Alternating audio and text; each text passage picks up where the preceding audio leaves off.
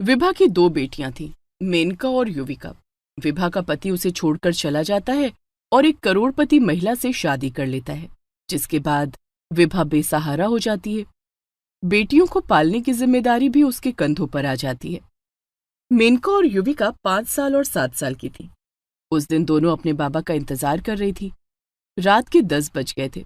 विभा घर के बाहर दरवाजे पर खड़ी होकर दिनेश का इंतजार कर रही थी। रोज शाम के 6 बजे घर लौटने वाला दिनेश अब तक नहीं लौटा था। माँ, बाबा घर क्यों नहीं आए? मुझे खाना दो ना, भूख लगी है। पूरा परिवार रात को एक साथ बैठकर खाना खाता था। मैं सोच रही थी कि तेरे बाबा आ जाएंगे तो हम साथ बैठकर खाना खाएंगे। पता नहीं अब तक घर क्यों नहीं आए, उनका फोन भी बंद है। तभी विभा के पास दिनेश का फोन आता है। सुनो विभा, मैंने अपनी करोड़पति मालकिन से शादी कर ली है। अब मैं घर नहीं आऊंगा। ये आप क्या कह रहे हैं? हमारी दोनों बेटियों का क्या होगा? मैं इन्हें कैसे पालूंगी? वो सब मैं नहीं जानता। ऐसा कहकर दिनेश ने फोन काट दिया। विभा का रो रो कर बुरा हाल हो गया। माँ, क्या हुआ माँ? तुम रो क्यों रही हो? बाबा ने क्या कहा? बेटी, तेरे बाबा ने हमें छोड़कर अपनी करोड़पति मालकिन से शादी कर ली है। वो अब कभी घर नहीं आएंगे। अब हम क्या करेंगे माँ? पता नहीं युविका बेटी, मुझे तो कुछ समझ में नहीं आ रहा। तुम चिंता मत करो माँ, एक दिन हम दोनों बहनें भी करोड़पति बनेंगी। दोनों बेटियों ने विभा को हौसला दिया। विभा ने भी ठान लिया कि चाहे जो भी हो, वो अपनी दोनों बेटियों को जरूर पढ़ाएगी। बेटियों को पढ़ाने लिखाने के लिए उसे अपना घर बेचना पड़ा। एक दिन जब मेनका और युविका स्कूल से घर आई तो विभा ने उनसे कहा, मेनका, युविका, हमें आज ही ये घर छोड़ना होगा। तुम दोनों अपना अपना सामान बांध लो। लेकिन माँ, हमें ये घर क्यों छोड़ना होगा? बेटी, तुम दोनों की पढ़ाई पूरी हो सके इसलिए मैंने ये घर बेच दिया और बैंक में पैसे जमा करा दिए हैं। लेकिन माँ, अब हम कहाँ रहेंगे और हमारा खर्चा कैसे चलेगा? बेटी, हम लोग शहर की झुग्गी बस्ती में रह लेंगे। मेनका और युविका दोनों बेहद समझदार थी। बिना किसी जिद के दोनों ने अपना अपना सामान बांध लिया।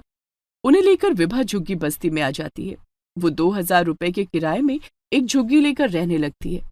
दूसरे दिन दोनों बेटियों के स्कूल जाने के बाद वो काम की तलाश में निकलती है। वो बड़ी बड़ी सोसाइटी में अमीरों के घर जाकर काम मांगने लगती है। मालकिन, यहाँ क्या मुझे काम मिलेगा? मुझे पैसों की बहुत जरूरत है। नहीं, हमारे घर में तो पहले से ही नौकर चाकर हैं। हमें किसी काम वाली की जरूरत नहीं है। काम वाली ना सही, आप मुझे मालिश करने के लिए रख लीजिए। क्या कहा?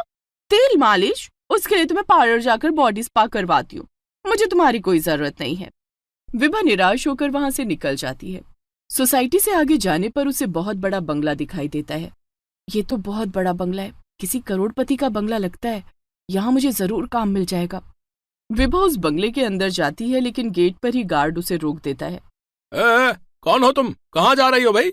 साहब, मैं काम की तलाश में आई हूँ। क्या मुझे यहाँ कोई काम मिलेगा? मालिक मालकिन अभी घर पर नहीं है। तुम कल सुबह जल्दी आना, तभी उनसे मुलाकात हो पाएगी। ठीक है साहब। विभा उस दिन वापस आ जाती है। दूसरे दिन वो सुबह 6 बजे बंगले पर पहुंच जाती है और गार्ड से कहती है, साहब, आपने कहा था ना कल सुबह जल्दी आना, मैं आ गई हूँ। क्या मालकिन से मुलाकात हो जाएगी? हाँ हाँ, रुको, मैं मालकिन से पूछ कर आता हूँ। गार्ड बंगले के अंदर जाता है और थोड़ी देर में बाहर आता है। जाओ, तुम्हें मालकिन ने बुलाया है। विभा बंगले के अंदर जाती है। बंगला बहुत आलीशान था। सोफे पर मालकिन बैठी हुई थी। नमस्ते मालकिन। नमस्ते। क्या नाम है तुम्हारा? जी, विभा। क्या तुम्हें खाना बनाना आता है? जी मालकिन, मुझे सब बनाना आता है। दाल, चावल, रोटी, सब्जी, चाइनीज, इटालियन खाना भी बनाना आता है। ठीक है, तो तुम कल से काम पर आ जाना। कल से क्यों मालकिन? मैं आज से बल्कि अभी से काम पर लग जाती हूँ।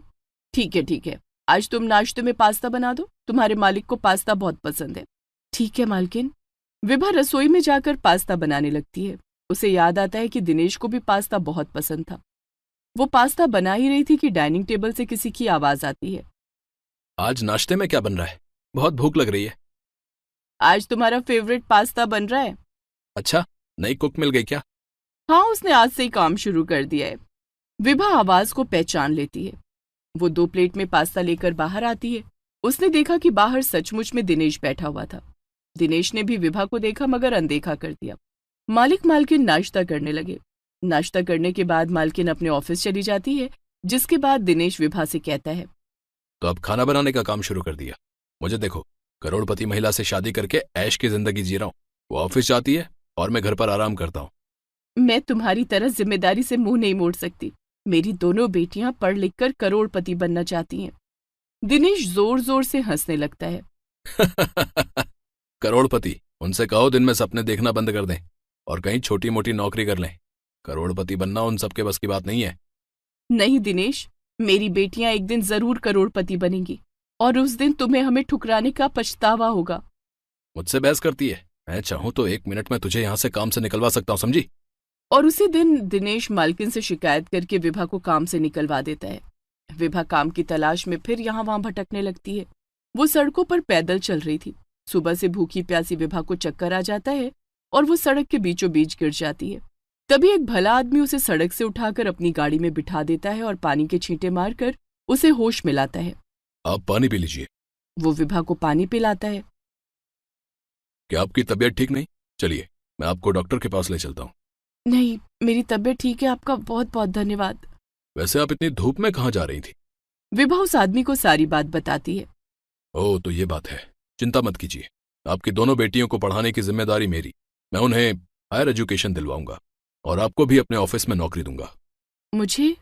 मेरा नाम वैभव चोपड़ा है। मेरा खुद का कंप्यूटर का बिजनेस है। आप मेरे साथ चलिए। आप वही वैभव चोपड़ा हैं जिनका नाम देश के 10 टॉप के अमीरों में गिना जाता है? हाँ, मैं वही हूँ। वैभव चोपड़ा विभा को अपनी गाड़ी में बिठाकर अपने ऑफिस ले जाता है।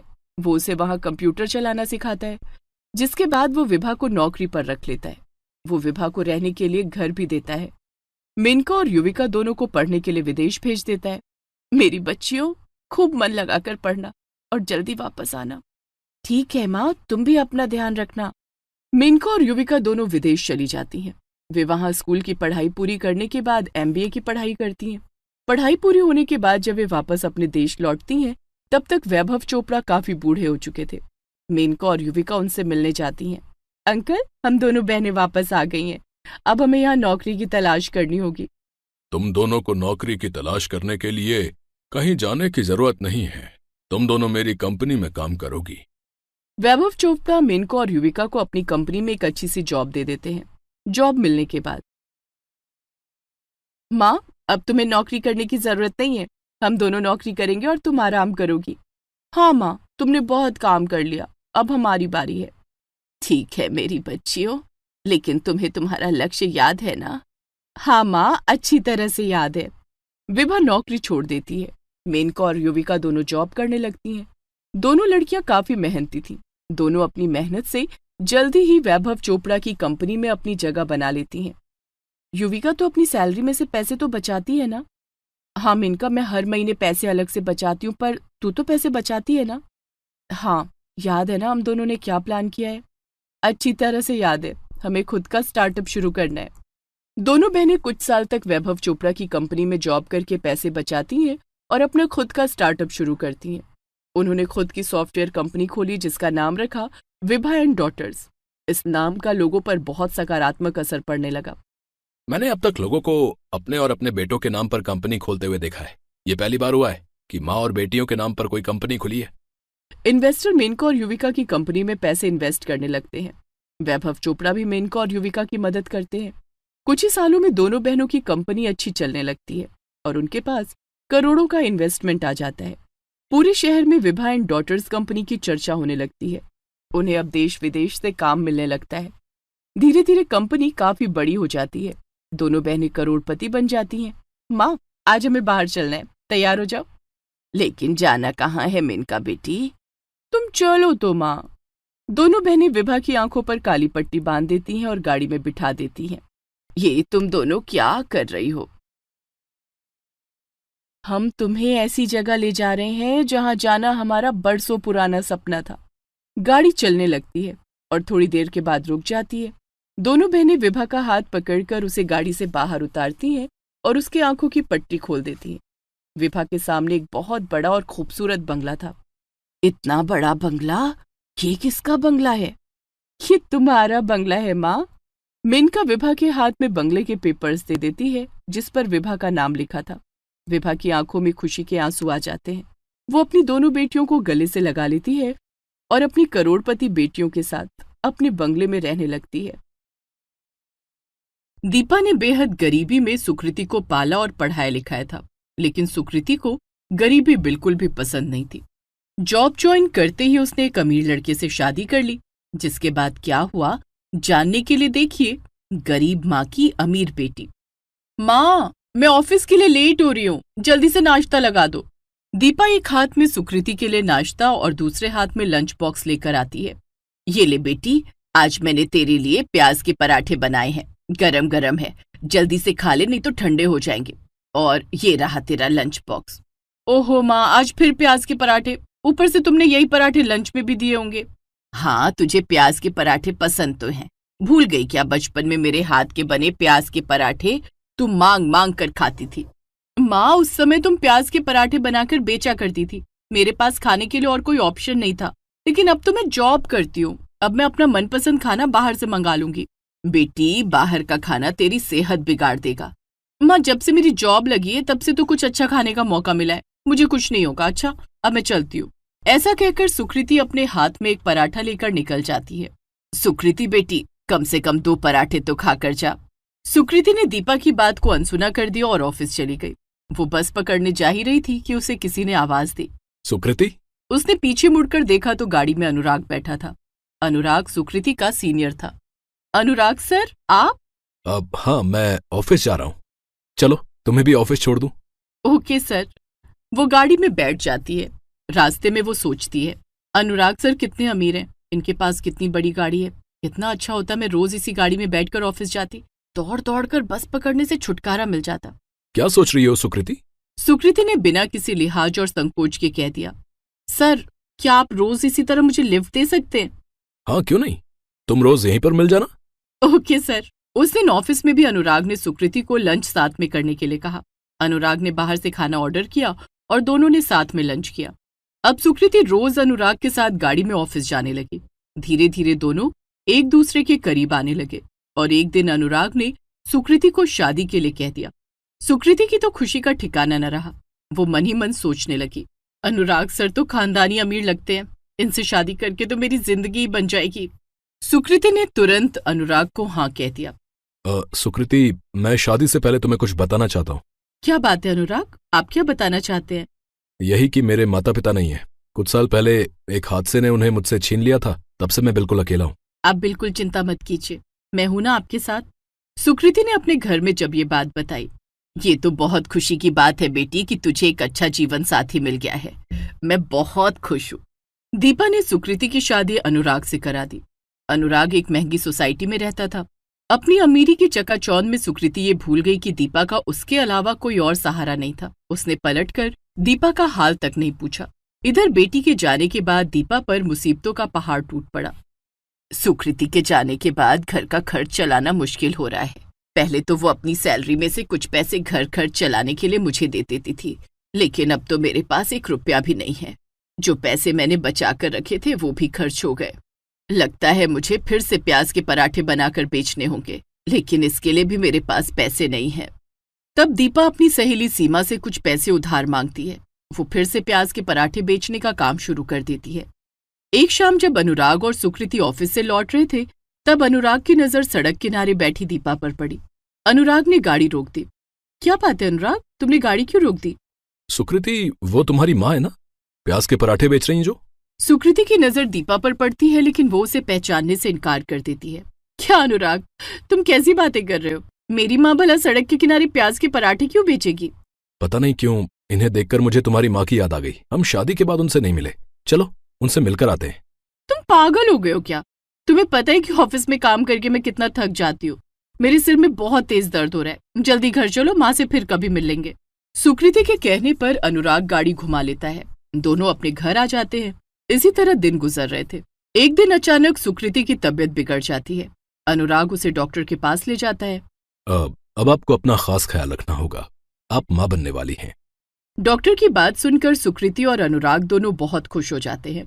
घर आकर सुकृति सोचती है, मेरा ख्याल कौन रखेगा? मुझसे तो घर का काम नहीं होता। जब मैं माँ बन जाऊंगी तब बच्चे का ख्याल कौन रखेगा? क्यों ना मैं माँ को यहीं बुला लूं। माँ मेरा और मेरे बच्चे का ख्याल रखेगी। उन्हें 2 वक्त का खाना भी मिल जाएगा और पैसे भी नहीं देने पड़ेंगे। सुकृति उदास होने का नाटक करती है। क्या बात है सुकृति, तुम माँ बनने वाली हो, इस बात से तुम खुश नहीं हो क्या? ऐसी बात नहीं है अनुराग, जब से पता चला है कि मैं माँ बनने वाली हूँ, मुझे माँ की बहुत याद आ रही है।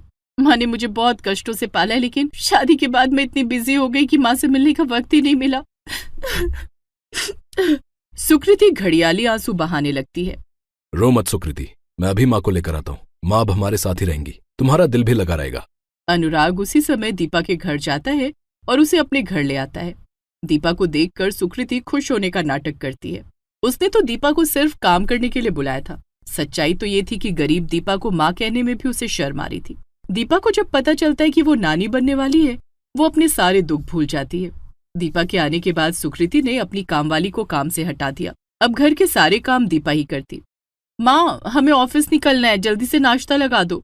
दीपा टेबल पर नाश्ता लगाती है, जिसमें आलू के पराठों के साथ रायता, चटनी और अनार का जूस भी था। माँ ने इतनी जल्दी इतना सब बना लिया? बेटा, मुझे तो घर का काम करने की आदत है। तुम लोगों को खाना बनाकर खिलाना मुझे बहुत अच्छा लग रहा है। वो दोनों नाश्ता करके चले जाते हैं, जिसके बाद दीपा घर के दूसरे काम में लग जाती। दीपा काफी बूढ़ी हो गई थी, जिस कारण उसके जोड़ों में दर्द रहता था, लेकिन नानी बनने की खुशी में वो अपनी सारी तकलीफें भूलकर बेटी की सेवा कर रही थी। शाम को उनके आने से पहले वो चाय, नाश्ता और रात का खाना तैयार कर देती। एक रात वो सबके खाने के बाद बर्तन धो रही थी। उस समय उसके पैरों में तेज दर्द हो रहा था। दर्द के कारण उसकी आंखों से आंसू आ गए। ये सब अनुराग ने देख लिया। क्या बात है माँ, आपकी आंखों में आंसू? कुछ नहीं बेटा, पैरों में दर्द हो रहा है, तुम परेशान मत हो, ठीक हो जाएगा। अनुराग को ये बात अच्छी नहीं लगती है। वो सुकृति से कहता है, सुकृति, तुमने माँ के आने के बाद कामवाली को क्यों हटा दिया? माँ के पैरों में बहुत दर्द रहता है, वो घर का सारा काम करती हैं। मैं कल उन्हें डॉक्टर के पास ले जाऊंगा। ओफो अनुराग, इतनी सी बात के लिए माँ को डॉक्टर के पास ले जाने की क्या जरूरत है? ये सब उम्र का तकाजा है। माँ बूढ़ी हो गई हैं, इसीलिए उनके पैरों में दर्द रहता है। वैसे भी माँ को काम करने की आदत है। माँ ने कौन सा अमीरी में दिन गुजारे हैं, तुम टेंशन मत लो। लेकिन अनुराग नहीं माना। दूसरे दिन वो चुपके से दीपा को डॉक्टर के पास ले जाता है। इन्हें अर्थराइटिस है, मैं दवाएं लिख देता हूँ, समय पर दवाइयां ले लेंगी और आराम करेंगी तो ठीक हो जाएंगी। ठीक है डॉक्टर साहब, मैं माँ का पूरा ख्याल रखूंगा। अनुराग दीपा को दवाइयां दिलाकर घर पहुंचा देता है और खुद ऑफिस चला जाता है। दीपा समय पर दवाइयां तो खा लेती, लेकिन वो आराम नहीं कर पाती। जैसे जैसे सुकृति की डिलीवरी का समय नजदीक आ रहा था, उसने ऑफिस से छुट्टी ले ली। वो सारा दिन घर पर ही रहती और दीपा से अपनी सेवा करवाती। माँ, आज मेरा गाजर का हलवा खाने का बड़ा मन कर रहा है। तुम्हारे हाथ के बने हलवे का ना स्वाद तो मैं भूल ही गई हूँ। ये कैसी बात कर रही है बेटी, मैं अभी तेरे लिए गाजर का हलवा बना देती हूँ, लेकिन पहले अनार का जूस दे दो। ठीक है बेटी। ऐसे ही दिन गुजर रहे थे। समय आने पर सुकृति ने 2 जुड़वा बेटों को जन्म दिया। बच्चों के जन्म के बाद दीपा का काम और बढ़ गया। उसे सुकृति के साथ साथ उसके बच्चों का भी ख्याल रखना पड़ रहा था, जिस कारण दीपा की तबीयत ज्यादा बिगड़ गई। ये सब अनुराग से देखा नहीं गया। माँ जी, आप अपना सामान पैक कर लीजिए, मैं आपको आपके घर छोड़ देता हूँ। ये तुम क्या कह रहे हो अनुराग? माँ चली जाएगी तो मेरा क्या होगा?